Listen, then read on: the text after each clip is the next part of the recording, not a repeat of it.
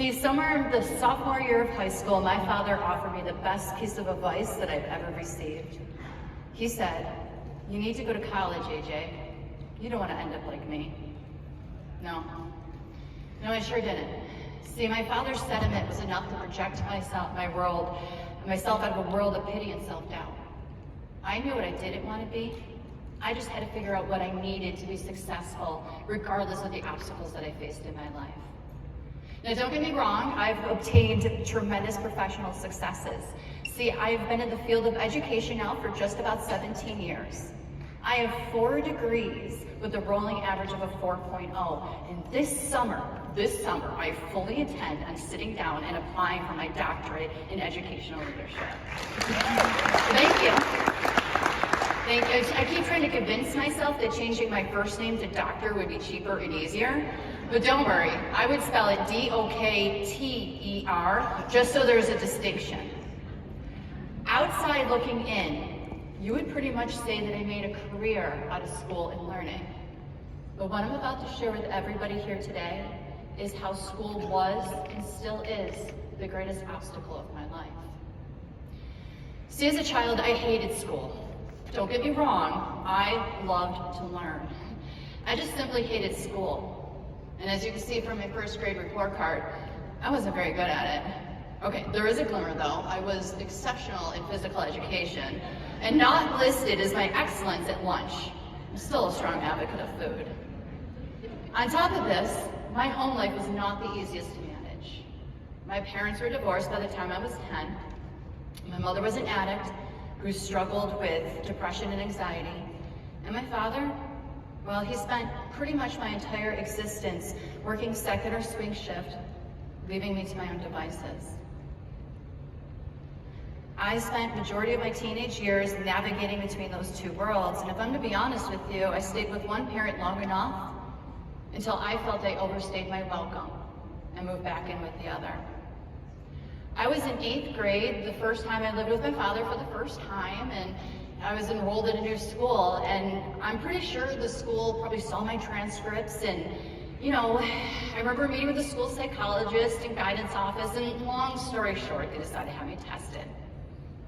Turns out, on top of everything else I had going on in my world, I also have a learning disability. Now, don't get me wrong, I will never deny the fact that I struggled to read and comprehend even well into my adult years. I just felt that somehow, some way, I also learned differently. So for example, I cannot be the consumer of information. I need to be the creator of it. I need to create my learning experiences. I do best by learning. Well, both schools try to help me navigate my newly discovered learning disability, by placing me in remedial English and math classes and giving me academic intervention services, and I had tests read to me. It was my day-to-day classroom experiences that actually left me exhausted. See, I truly cannot tell you what learning occurred during the 6 hours I was at school. Now, just hear me out. I had a reading comprehension problem, yet in all of my classes, we read from textbooks. We took notes from a dry erase board. We highlighted key information in worksheets, and we took tests. Guess what? I didn't learn that way. Regardless of the sports the school tried to provide for me, I understood that I couldn't retain the information. I knew that school, not learning, was a stressor for me. And if I'm gonna have an honest moment with everybody right here, grades, they didn't matter to me at all. Then that changed. Something in me changed, something my sophomore year. I began to notice the struggles that my mother and father endured, and perhaps it was brought on by my father's unsolicited advice. I took a step back and I realized if I don't do something about this now, I'm just going to keep continuing this cycle. What I needed to do was take ownership of my learning. I needed to determine my purpose. I had to convince myself that regardless of my insecurities, I had to find my strengths. And in order to do that, I need to understand who I truly was, what my shortcomings are, and what I needed to be successful. Although I was only a student at the time, I was about to partake in the greatest lesson plan of my life, and it was that was not taught in school.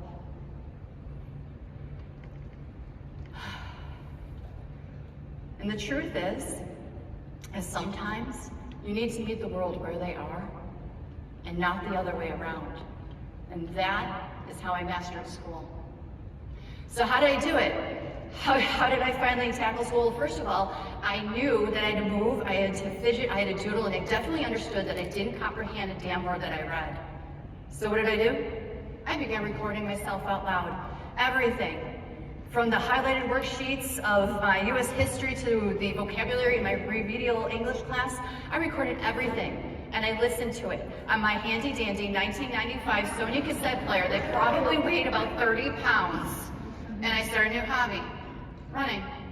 I listened to myself when I ran, when I got up in the morning, when I ate the Frosty Flakes, when I walked to lunch, when I came home from school, when I walked to lunch, when I walked to school, when I came home from school, when I ate dinner, when I went to okay, before this gets a little too personal, you get my point. Although, at the time, school attempted to provide supports for me to learn, I ultimately became aware of what I needed to be successful in an environment that was not going to change. I stopped making excuses. And another thing I learned along the way is that I need to apologize to everybody here. I was wrong. You can't do this alone. You need your champions. You need the people in your life that are going to believe in you, like when you can't even believe in yourself. Oh, I did skip that part.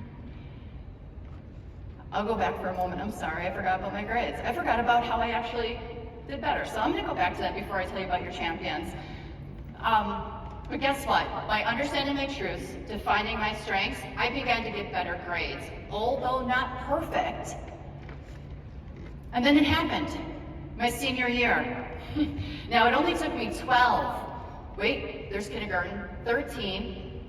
Hold on a moment, I was held back. 14 years for me to finally figure this out. Now I'll tell you about my other truth. I apologize, I forgot about this. You need your champions. Like my 11th grade English teacher. I can't read this, I'm sorry, I'll start off in tears, so I'm just gonna pretend it's not up there. I soon discovered that you are only as strong as the people you surround yourself with. Just when I figured out high school, I went into college, and college offered me a whole other slew of obstacles and challenges. But it was here where I was better able to learn all about myself. Instead of school being the only thing that challenged me, I began to challenge myself. For instance, my first school of choice was to go to this private college. It was well known for its arts program, but I was denied due to embarrassing low SAT scores. And from what you can gather, my transcripts weren't that well.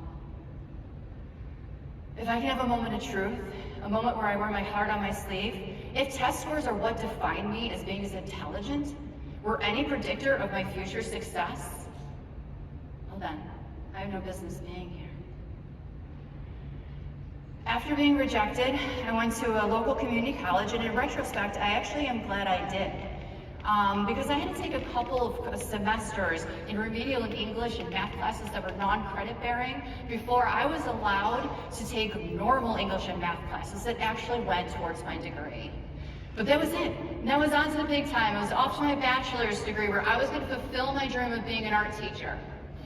Life had different plans for me, but here I was so excited. See, I wanted to learn everything. In high school and community college, I took all the drawing and painting and photography classes that were offered. But here I could take classes in 3D design and printmaking and sculpture.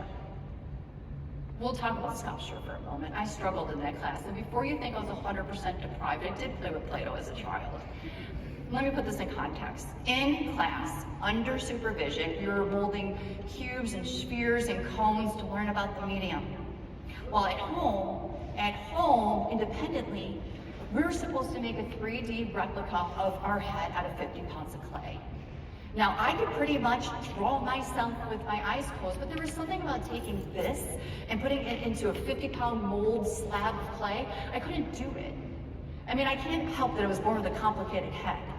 About halfway through the course, my professor had us bring us in for a class critique, and we would have all these amazing discussions, and he would offer us great advice. And what we would do is we would put our head on the stool in the front of the class. Finally, what felt like forever, it was finally my turn, so I eagerly and anxiously put my head on the stool and I stepped back all nervous because I know that did not look like me whatsoever. My professor walked up, got quiet, moved the stool around a couple times, then he bashed my head in with a 2x4. He did offer me stellar advice though. He said, "You didn't quite get the assignment, please try again." On the way back to my car after the critique, carrying my 50-pound dilapidated head, I wept. I was angry, frustrated, embarrassed. At the time, I thought that art was the only thing I had going on for me. My truth? I never give myself enough credit for the attempt. That it takes an insane amount of courage to try something new, knowing that you might fail at it. Although not perfected, even after years of experience, I learned something about myself that year. At least, I am always willing to try. But don't get me wrong, if I were to write a book, it would be entitled The Bloom's Guide to Epic Failures, Chapter 1. You know darn well I'd have to make an audio version just so I would be inclined to read it. So what did I do? Well, after a couple days of taking the day off of the class, I had to regroup and ask myself, what did I need to finish? Well, because I was paying for the class, and I think I'm still kind of paying for the class. We all know that grades were not a determining factor, so thank goodness here. But what was going to make me finish? My greatest strength, and undoubtedly what drove my parents nuts. My unforgiving determination. I did not finish the class receiving the lowest grade I've ever received in my collegial art classes. And this is the grade I'm actually most proud of. Again, I knew what I didn't want to be. And this time, I was a sculptor. So here I am now. Whoa, that's a lot on me. All grown up. Yeah, and let's not get too excited at the maturity level of a middle school boy. However, I also have 3 children of my own. And like my father, I want them to be better than me. I want them to be successful and have their dream jobs and go to some type of school after high school.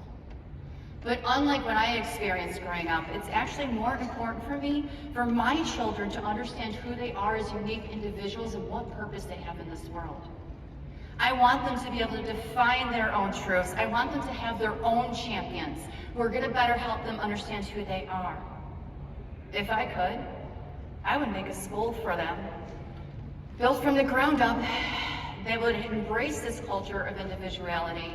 They would teach them about their strengths and weaknesses, and better yet, how to navigate through it. Through guidance and modeling, my children would take ownership of their own learning, through portfolio development, self-peer evaluations, goal setting, and perhaps even student, not teacher-led conferences. I know I would have appreciated a personalized learning environment where I had voice and choice on how I wanted to exemplify my learning, or how I wanted to learn for that matter.